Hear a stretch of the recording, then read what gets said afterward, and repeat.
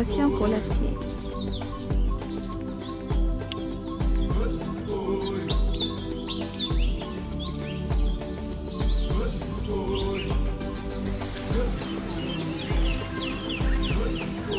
Donc là, on a des gousses comme ceci, des cabosses, on dit souvent chez moi. Donc des cabosses, et dedans, on va retrouver dedans les fameuses graines, hein, tu vois, qui sont dans une sorte d'enveloppe blanche. Et une fois qu'on enlève cette enveloppe-là, qui quitte assez facilement, hein, mais on va quand même chercher un couteau, parce que là, la première couche part assez rapidement. Mais pour enlever la seconde couche, on va se servir d'un couteau. Moi, je ferais mieux d'aller chercher un couteau en fait, parce que sinon on ne va pas y arriver. Il se dit que dans le passé, c'est un peuple du Gabon. Pour enlever l'enveloppe qui recouvre la noix de cola, ils mettaient le tout dans une termitière.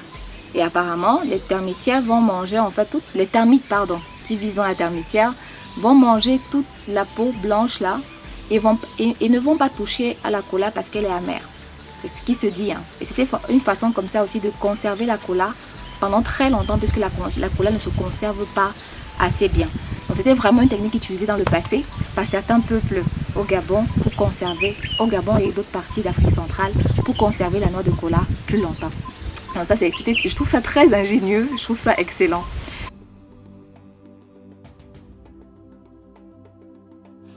Ça quitte relativement seul, hein. On peut le voir. Ça se décolle facilement, il n'y a pas besoin de racler fort en fait.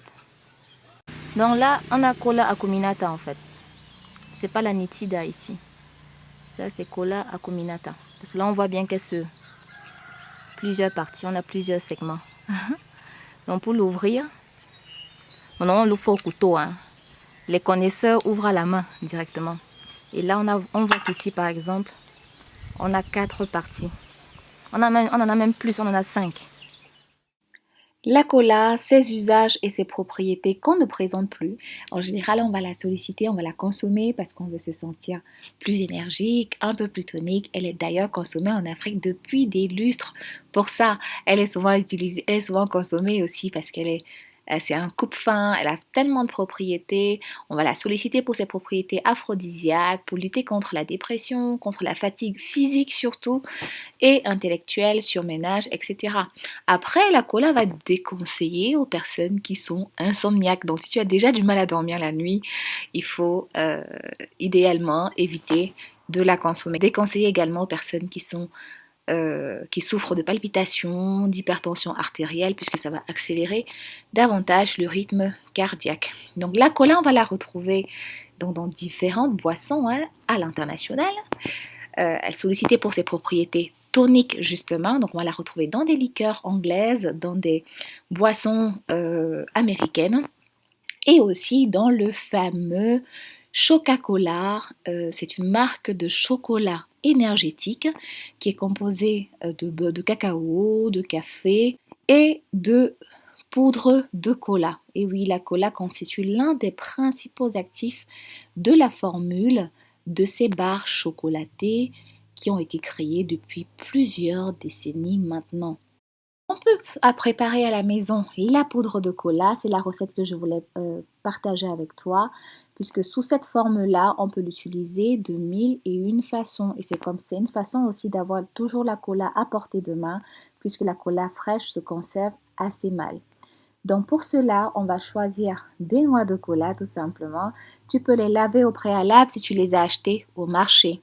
Donc on va râper nos noix, donc on les râpe entièrement. Tu peux les râper encore plus finement que ça. Mais en général, il n'y a pas besoin de râper plus fin puisque la cola, tu verras, elle sèche vraiment très rapidement. Au bout de 2-3 jours, c'est déjà sec. On peut laisser sécher encore 1 ou 2 jours de plus pour vraiment avoir quelque chose qui craque sous les doigts. Et ensuite, on met le tout dans un mixeur de type grinder, dans un mixeur à sec, et on va moudre le tout finement. Et c'est tout. Donc on peut moudre jusqu'à obtenir à peu près la consistance, le grain, le type de grain souhaité. Une fois que c'est fait, donc notre poudre de cola est prête. Il ne nous reste plus qu'à mettre le tout dans un bocal, d'étiqueter et de conserver à l'abri de la lumière. Cette poudre qui est un concentré de caféine et de théobromine sera à consommer avec modération. On peut en rajouter un petit peu l'équivalent d'une cuillère à café dans son jus de fruits du matin, dans un smoothie, dans la préparation des barres chocolatées maison. Et puis, moi, ce que j'aime bien faire, c'est rajouter un peu de poudre dans du miel et préparer ainsi un miel à la cola. J'adore ça et puis je peux l'utiliser pour sucrer certaines tisanes et certaines infusions toniques et énergétiques. Donc, ce qu'on peut faire aussi, c'est rajouter un peu de poudre dans de l'eau, préparer une sorte de caramel et ainsi obtenir un sirop de cola. Donc ça peut se préparer aussi à partir des noix de cola qu'on a râpées tout simplement.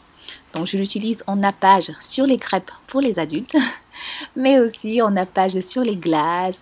J'adore préparer des cocktails avec mon sirop de cola.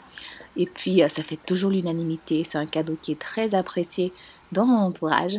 Voilà, voilà ce que je voulais partager avec toi concernant la cola et la poudre de cola et ses usages.